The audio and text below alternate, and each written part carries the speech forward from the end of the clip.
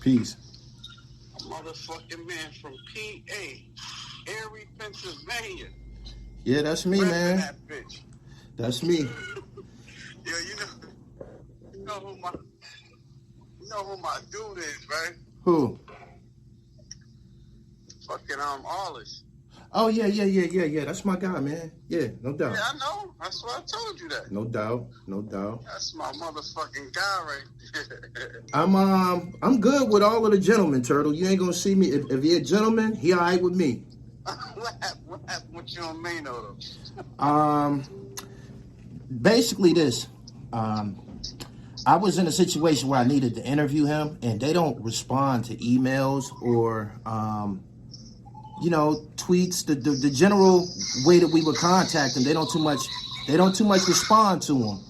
So I noticed that Snow Billy was kind of like picking with him, and he wasn't saying anything. And I said, if I point that out, if I say, damn, Mano not saying anything to Snow Billy, he'll respond to me. He responded to me in like 2 minutes. Oh, so that really upset you. I know Shane like that too, right? Say that again? I know Shane like that too. I know him. Okay. Snow? I know Snow like that. Freaking I don't know the extent of it, what they going through and shit like that. Mano and my uncle and him grew up together, so I was around him coming up. Me and my uncle was like a year and a half apart, like 2 years apart. Okay. So me and my uncle lived like brothers. So, me and Mano, you could say like we grew up like that until he went to jail. Okay.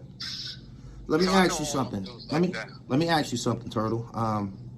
The way that I became aware of you before we became Instagram friends and all of that was a video that I seen many, many years ago on Cocaine City with French Montana. And he announced you as a Marcy Projects legend. That's 100%. Okay, how does one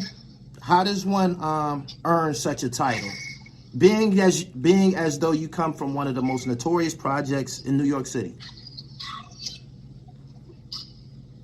Well, my family, my credit goes to my family. We all,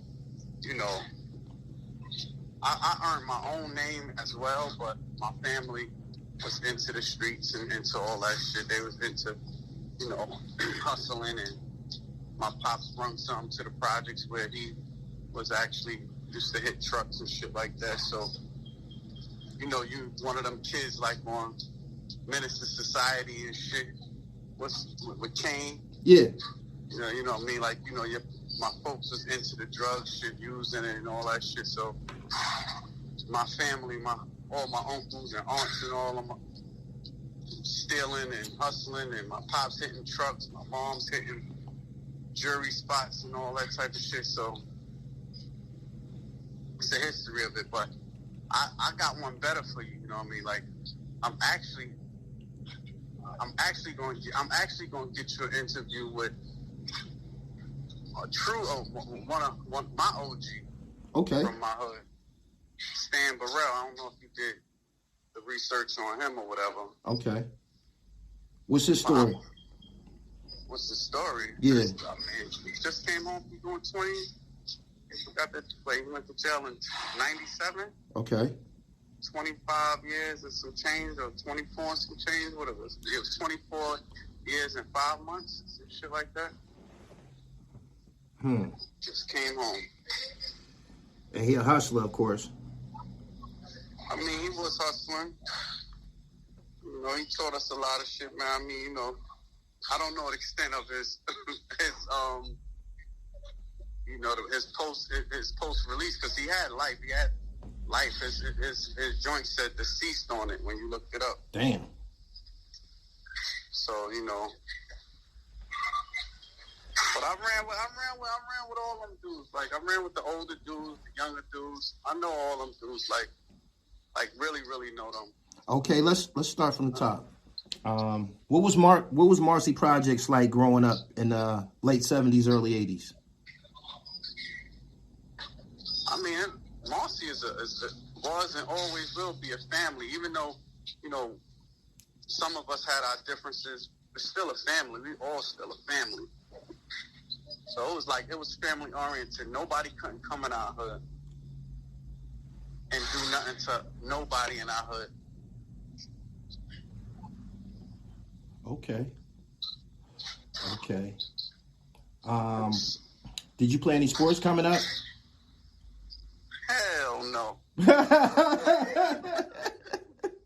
remember I tried to fucking play basketball for my junior high team. I threw the motherfucking ball over the backboard. I said, nah, this ain't for me. With a Okay.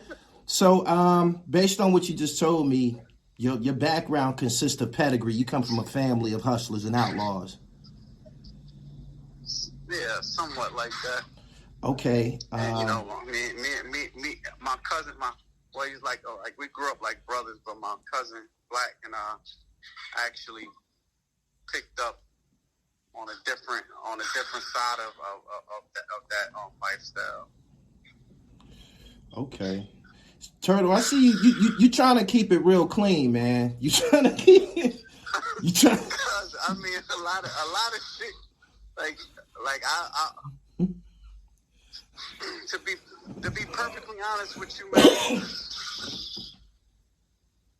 I don't like the way a lot of motherfuckers is getting indicted and all type of shit like that. Okay, I'm saying you're an actor though. You're an actor. Nah. I'm gonna take acting serious, but that was something, you know. I had some extra cash and I came up with an idea and I did. That's my film actually. And so Dope Fiend is your joint? That's mine. Yes. Okay. Executive producer.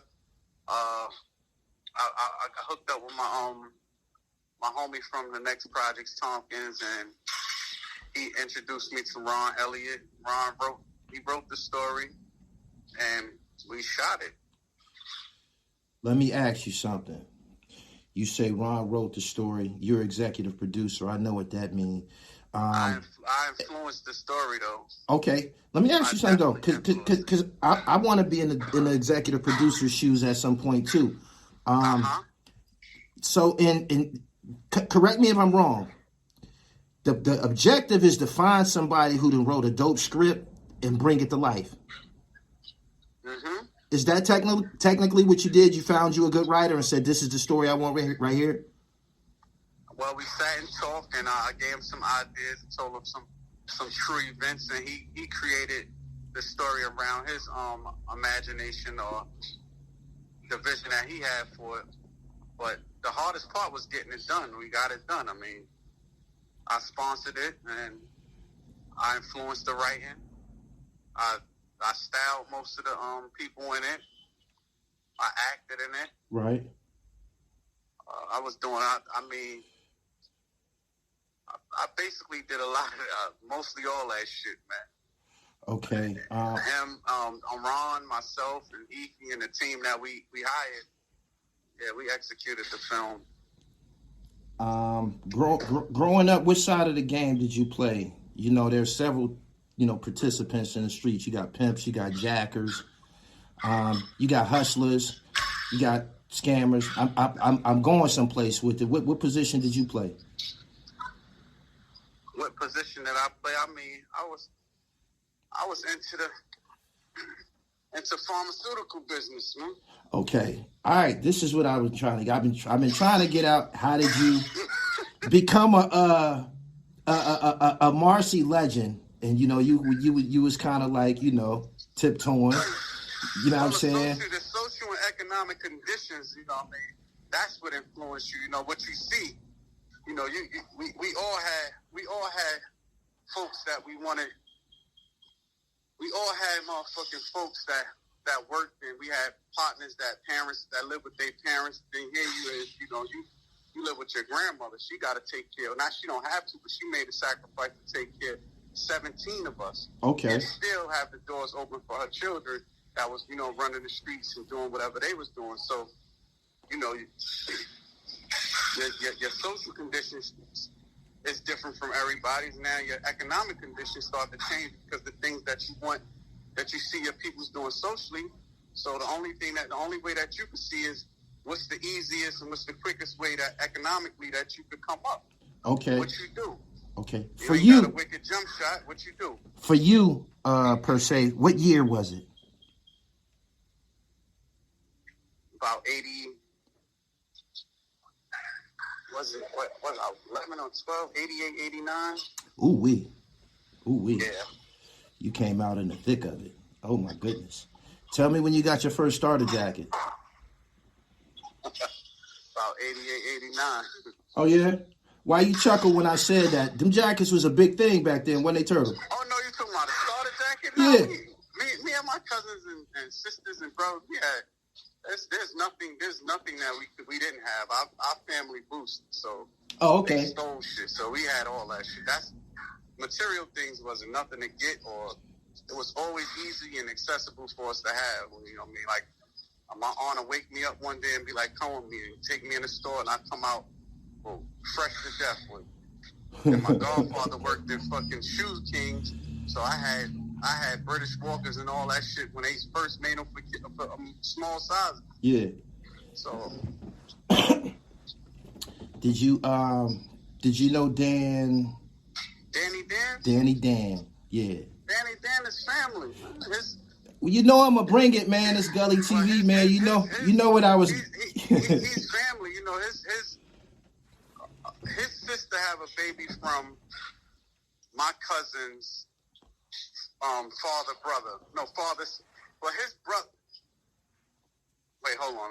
Let me get it right. His sister have a child from my cousin's uncle. So their father brother is Danny's nephew, pops. So, we all, grew up like family. Okay. What was it like knowing Danny Dan in 1988? Danny was the big homie. Like, I mean, he came around. He was a smooth dude, cool dude. It's an honor to know everybody from my hood. It's some creeps, but everybody played the role in doing good shit. You heard? Right. Everybody played the role in doing good shit. I mean, and even dudes like I grew up with, some of the dudes I had drama with, like I've been shot in the back of my neck by somebody that we called each other cousins. This happened in Marcy? Yeah, it happened in Marcy. In the It happened in Marcy. Okay. Mm-hmm. Okay. When did you meet Sean Carter? When did you meet Jay-Z? Jay-Z? Yeah. He would be Sean to you. When was your... Tell me about Sean. He always was Jay. Everybody had a nickname. Nobody. My name's Sean too. I love the line when he say nigga. The reason why I let him they let me palm their ass. I let them call me Sean. They glad. It's my favorite line, bro. Yeah, but Jay is definitely Jay. From far as I can remember, I've seen Jay around playing basketball and, out there doing his thing. To hang out with Jazz, Chase, Sauce, Doc. There's a few of them dudes over there. Okay, so Chase was a real person. Chase was mentioned in Ether. Yeah, Chase is in jail right now. Okay. Chase in jail for a hit and run. Some shit that allegedly, I don't know if he did it, but he got convicted of a hit and run. Did you know Steve the Barber? I think Steve the Barber. Mm-hmm. Talking about Steve that used to cut hair in his house? Or Nike? Who you talking about? They told me his name was... He played the villain in Friend or Foe video in Jay-Z's video. Oh, no, I don't know him. He's not from Marcy. Okay. Talking about that black dude that shot up the... No, hell no, I don't know him. I mean, I've seen him around at events that they did. But he not really from Marcy originally? I don't know him from, like, being from Marcy like that. I don't... I don't know him like that. Oh, okay, okay. That's what they say. He's from Marcy. Yeah. Oh, I don't know him like that. How big is Marcy? How big is Marcy Projects? How big is Marcy? Marcy's about 1, 2, 3, 4, 5. About an 8-block radius in total. 8-block radius. Wow. What year was it? Did you feel that you established your name? You said you came off the porch in 87, 88. No, I've been off the porch. You asked me when I got into hustling. I mean, when you got into pharmaceuticals. that's 88, 89. When did you establish a name for yourself? And did you establish this name in Marcy? Like some guys went other places. All over Brooklyn. All over Brooklyn. I'm well respected. I give respect, and I'm well respected all over Brooklyn. Okay. And what exactly is it that you do now? You're a film director? I do films. I work for Transit now. Do a few things. Like we actually getting ready to film Dope King in about 2 weeks. Dope King? Dope King. What's that about? Well, it's a spinoff of Dope King. Okay. It's a spinoff of Dope King. Dope, yeah. So we filmed April 18th.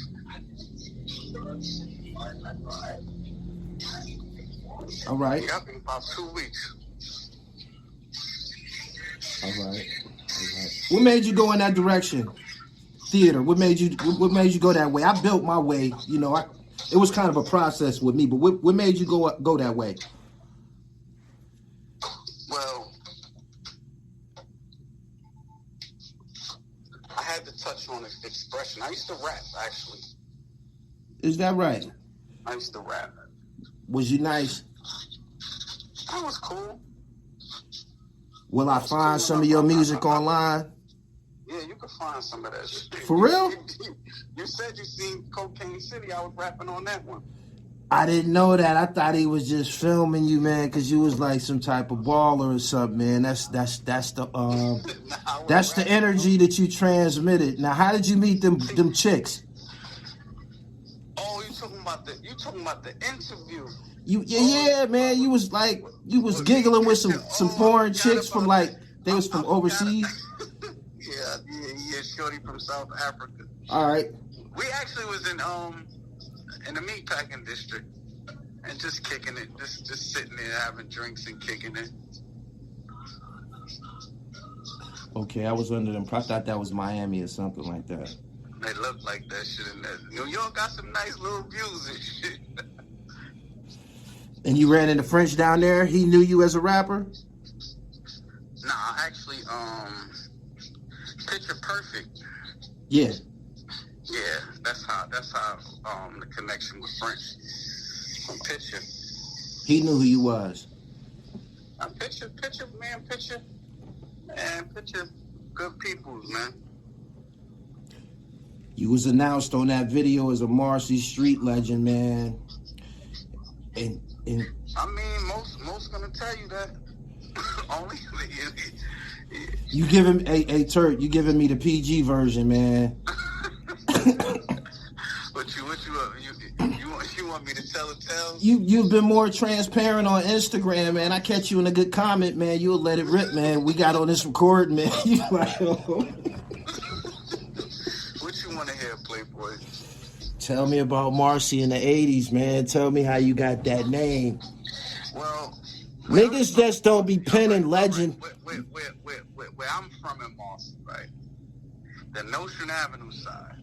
Every side do their thing. Every side is what they call that side Compton. All right? Okay. Police didn't want to come through there. We was just ruthless on that side right there. Ruthless. You was a part of a crew? A crew? Yeah. You wouldn't call it a crew. It's just I'm out here with my family. What was the squad name, Turtle? We got Turtle. different squads. Turtle. Listen, I'm gonna tell you, we had different squads. All right. Yeah. We had 7 deep. Oh. 7 deep. Okay. That was a squad, and me and my squad, we was UCP. Well, I don't know who came up with the name, but I was just like, all right, fuck it, I'm down. And that was like, it was called Uncontrollable Posse. Okay. So it was 2 of Tah Tah brothers, his little brothers, my man Ronnie, who got killed, bless his soul. Right. And it was Lukey. It was 2 of them, and it was a few of us. Yeah. You and Tah Tah the same age? No, nah. Tah Tah older than me. Oh, he's older than you. Okay. All right. You grew up, you know? Me and Ronnie, me and his brother Ronnie is the same age. Okay. Okay. Ronnie and I is the same age. UCP. His oldest brother, actually, that's my motherfucking heart. I used to hang out with him too. So what became of UCP? Did y'all touch some paper? Nah, we just was hanging out, just doing. It was H Moneybags was in the crew. It was H. Not H Moneybags from Queens, but H Money. That H the rapper. But, yeah. Okay. He was in the crew. It was a few of us, man. We just was doing dumb shit. That's it. We wasn't getting no money. Not with them. I was getting money on my own. Any out of town trips? DC? Any DC, Baltimore for you? Hell no. I went to one town upstate New York. Them crackers started looking at me crazy, man. I was like, man, take me back. I ain't never coming back here. You know, when you walk in I walked in a restaurant, all the white people just looked at me. I was like, oh, hell no. Okay. So out of town was never. Tell me what Marcy was like in the tunnel. Marcy, you mean Brooklyn? He said, you mean Brooklyn. Oh. That was Y'all, oh, okay. Y'all form like Voltron. Y'all all together when y'all go down to Manhattan. That was before the tunnel. We used to hit up the Muse. I was in the nightclub at 14 years old. What club? The Muse, the Octagon, Sticky Mike's, motherfucking Empire Skating Ring on a Tuesday night. You had to be 23 and older. I'm about 14, 15 in that motherfucker. Who you rolling with to get in there? All my homies. My man N.A. Uptown, Moet, Turf. There's a bunch of us. Turf is a Marcy legend, according to some of those gangster pages. You see him on there? Oh, nah, yeah. Me and Turf was like brothers at one point, and you know, his peoples went against my people, so you know, a lot of people look at us like we had drama until we ended up in a Beacon together. And now I'm blocking the Beacon. Right. And people seen the family part of Marcy. What year was you passing through the Beacon? That was 03. You did Rikers Island? It was me, him, Monster, Al G. Who else? There was a bunch of niggas from Queens. Ty was in that shit too. Ty from Queens, he was in there too. Okay. That's in Atlanta now? Yeah. Everybody I was with right now is doing 30 years and better, 25 years and better. Except me and Monster and my man Duna. You did the whole Rikers Island thing and everything? Yeah, I bailed out actually on that case after 2 months. What year? It was a attempt. The same year. Okay. 2 months, 60 days later. 03? 03, yeah. Oh, So I beat my case on the streets. Got it. So it was an A2 felony, and it was an A2 felony for the drugs that they found, and it was a attempt or assault, whatever they dropped it to. Okay. Some shooting I was accused of. Was Hov rapping the whole time y'all was growing up? Hov is about 8 years older than me.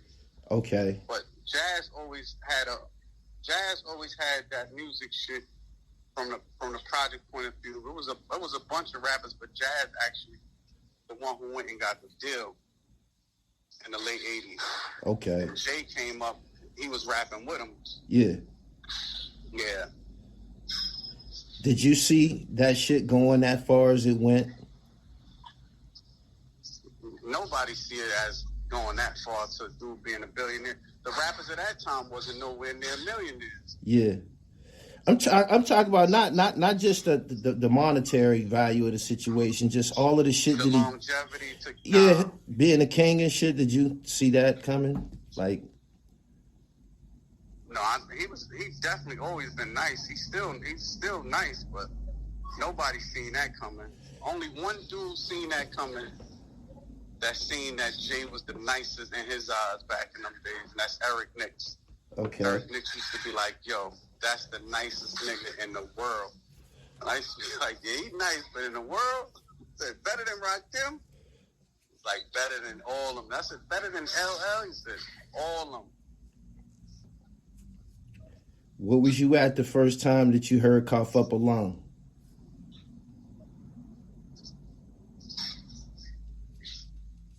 Well, we was hearing that shit in the projects. Okay. So all his the most incredible record that we heard from Jay, and we heard it before it came out. That was The Evils. I never heard no shit like that at the time. We used to fight for building blocks. Now we fight for blocks. Blocks to build to make a killing. Yeah. The closest of friends, you know this fucking. Yeah.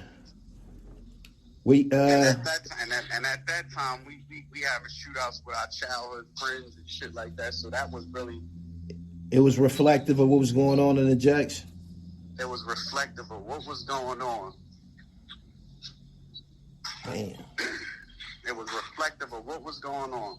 So before records. So for just imagine this, right?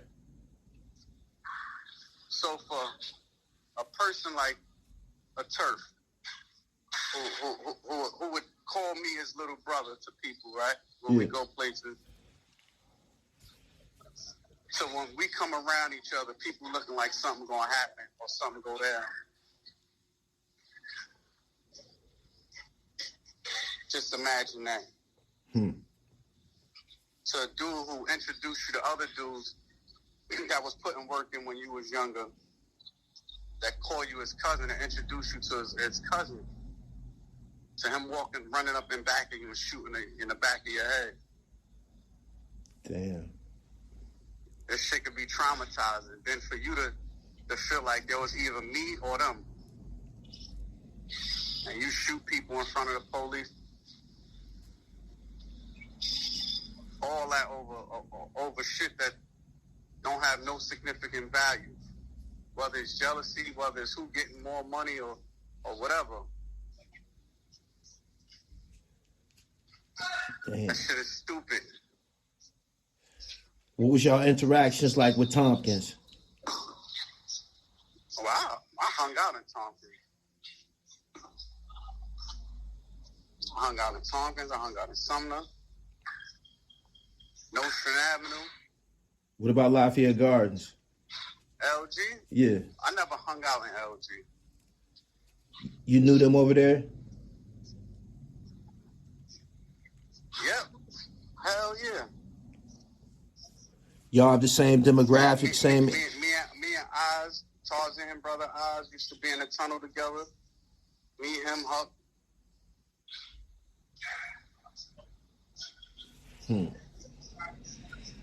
You knew World? Yeah, I knew him. I know him. This nigga ain't dead. Right. What was your interactions like?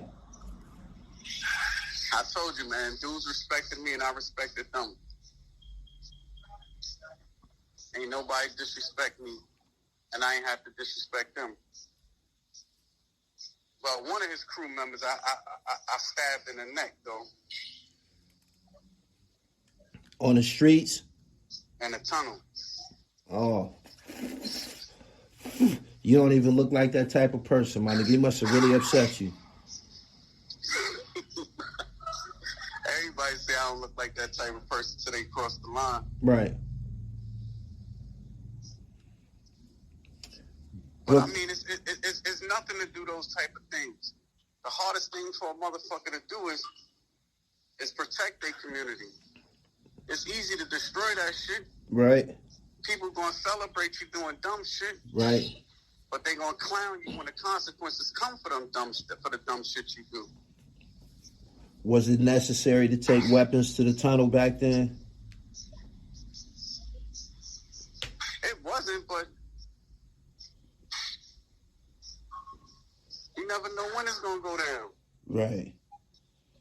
I'm saying I done interviewed a lot of y'all. Everybody had their weapons for sure. But it's never that serious to carry a weapon. Everybody took one to the tunnel. Everybody that I interviewed, Murder Unit, Dipset members, everybody, weapon on them. I actually didn't have a weapon that night. Haitian Jack. My uncle passed me a weapon. Okay. Any plans on going back into the music realm of entertainment? Nah, hell no, man. That shit is Talking about not performing like investor label. I mean, soundtrack to accompany the films. I had to shake these artists up, man. These niggas think they fucking stars as soon as they touch the mic. They fuck around and invest so much money in these clowns. If one of my daughters want to sing or rap, yeah. But anybody off the streets, nah. These niggas think they superstars because they got 10 bars. What you think about the drill music reputation is developing in Brooklyn? It seems to be like the chief sound of Brooklyn right now, drill music. You want my honest opinion about it? I want your honest opinion, yeah. That shit is trash, man. Fucking every line is an op this, shoot this, blast that, drill this. Get the fuck out of here. You never heard of joints you like? I never heard a joint I like. Unless it's on the radio and they keep playing and you know that shit start to... Yeah, they grow on you and shit. Yeah. You start fucking singing a fucking lullaby of it. Yeah. Nah, I ain't fucking with none of that. I'd rather listen to Jasmine Sullivan out this motherfucker than listen to them fucking lanes. Is Bleak of your age? Is Bleak your age? I mean, Bleak is a couple years younger than me. He's a couple of years younger than me, but I mean, that's my guy. Everybody had little differences coming up as youngins, but me and him never. I used to hang out with his brother Dre. Well, my cousin used to hang out with Dre. Dre used to hook us up with the chicks on their side. Yeah. In their buildings and shit. I used to cut Dre hair. We used to cut school. I used to cut his hair. Do you have a relationship with DeHaven? Yeah, DeHaven is people's. That's your people's? That's people's, man. All them, I mean, I don't get into them niggas shit. Them niggas is like brothers, man. To see them going through what they going through, yeah. I really don't have no comment on that. You wouldn't even let me get nothing out. I think that shit, I think it's whack that they even gotta go there. Yeah. I think that's whack that they even have to go to a point where they actually going at each other and disrespecting each other, because you didn't see one without the other in they hustling days, not the rapping days, the hustling days. You didn't see one without the other. Yeah. Damn. Shout out to Jaz-o. That's super whack. That's what they had to come to. And someone asked me about that shit, and I was like, yo. And it was like, yo, but he coming out said, you know, that's just, I don't think it's hate. I think it's just that when you lose a brother in any kind of form or way, a grown man cried to me the other day because his brother died. And imagine losing your brother and seeing him every day. Oh, wow. Yeah. Imagine what's going on inside him. He's crying inside. He hurt. Damn. That's heavy the way you put that. That's heavy. I mean, so like, that shit is, that's a touchy subject, man.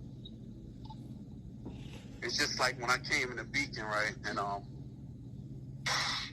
seen my man. I'm in the holding. He come in holding. They put him in a YME pen, so we got the CO to bring him to my the holding cell I was in. He came to me. He was like, "Yo, son over there." Even he thought that it was gonna go down, or like, you know what I mean. He said, "Who was over there?" He said Turf was over there. Oh. So that situation, that people felt that was going to be serious at a point in time. It was serious. It was much serious. But when you brothers from the street, my daughters always ask me like, "Is that your brother too? Is that your brother too?"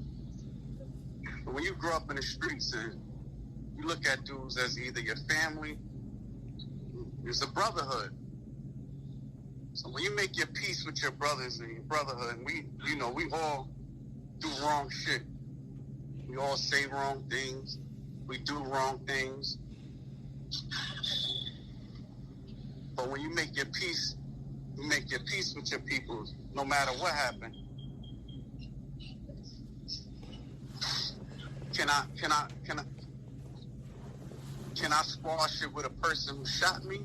Nah. That ain't never gonna happen. Right. You stay over there, I stay over here.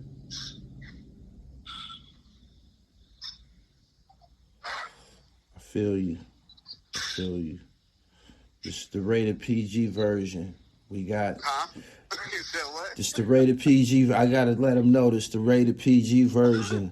You want to hear the blood? I got Marcy Legends. Not no blood, a broken jaw or something. Goddamn. We ain't break jaws, man. We ain't break jaws. You either walking away like, it ain't nothing, or you walking away with your ears ringing.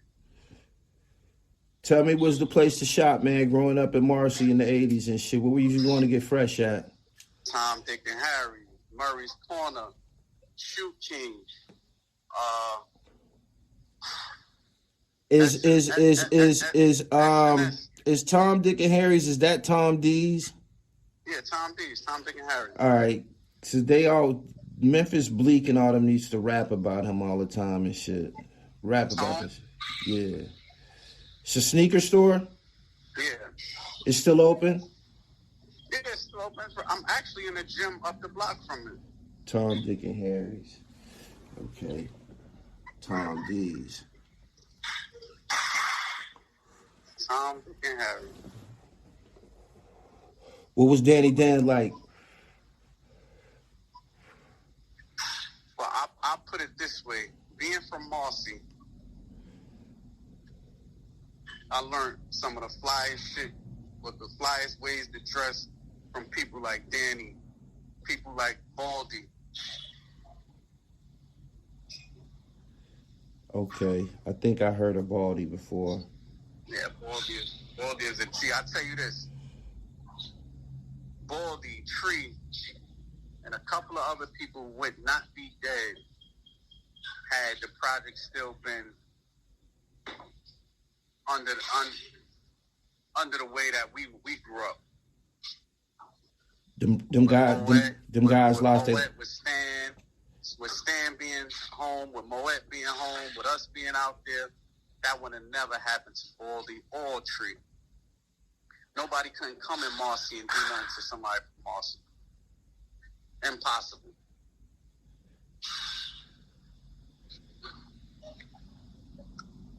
Those guys got killed in the projects? I'm on the outside of the projects, but it would have never happened.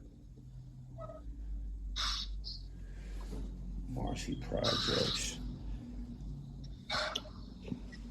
Marcy. What high school did you go to, Turtle? Van Arsdale. The old Eli Whitney. You are the DCEP generation?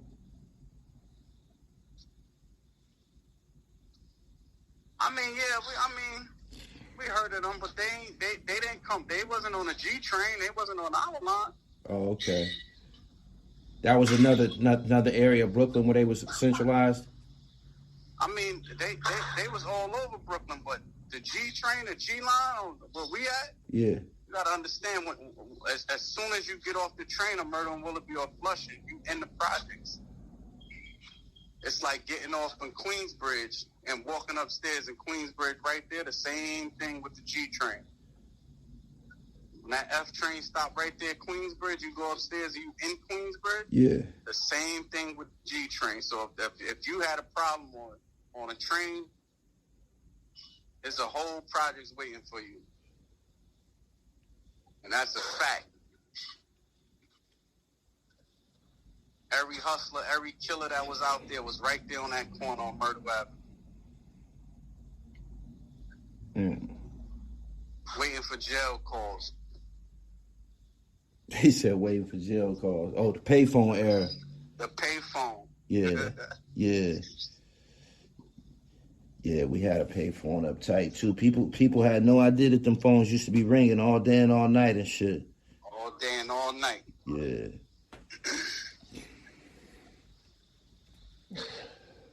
Damn. Turtle, I got a good 40 minutes from you, man. I appreciate it. I just want to touch base with you, man. At some point, this probably better unfolded how we did it in person.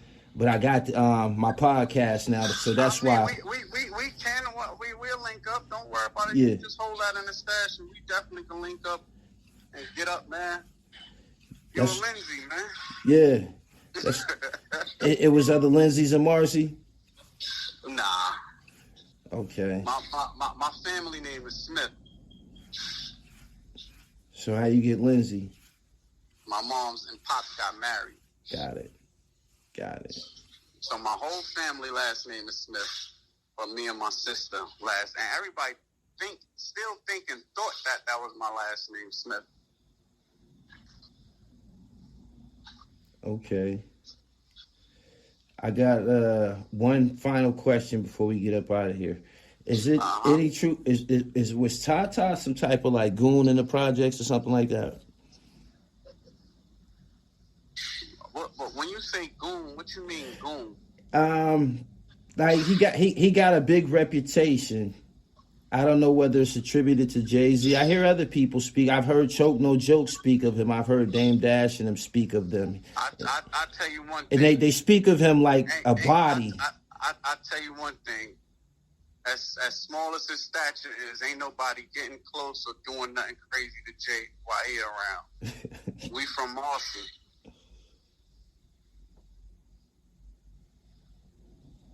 No doubt. So if he seen somebody from the hood looking for Jay or whatever, Ty gonna step up. Now what's up? What you want? Straight like that. Got it. I always wanted to ask. That shit is, we good fellas, man. That's how it go, man. I had to ask a Marcy resident about that. I've heard. We all have the same. We all got.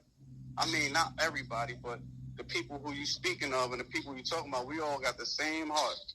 We all cut from that same cloth. So if a motherfucker think they're gonna run up. How did you feel about the situation? Jay and Jaz-o, I believe they cool now. What was your perception of that situation when they had their divide? Same shit with D-Haven. I used to see Jazz, and I never talked about that. We kicked it, never talked about that. That's when brothers is beefing, man. It's best to stay the hell out of that type of shit. Right. When brothers even having differences. I have a brother. I'm, one of my street brothers like that. That, we don't see eye to eye right now, but.